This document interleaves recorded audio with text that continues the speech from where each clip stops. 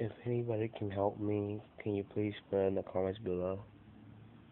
Um, this just happened and it just stays there.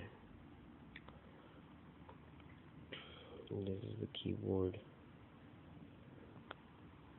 I don't know what happened. The way I just turned it off one day and tried to turn it back on, and this happened.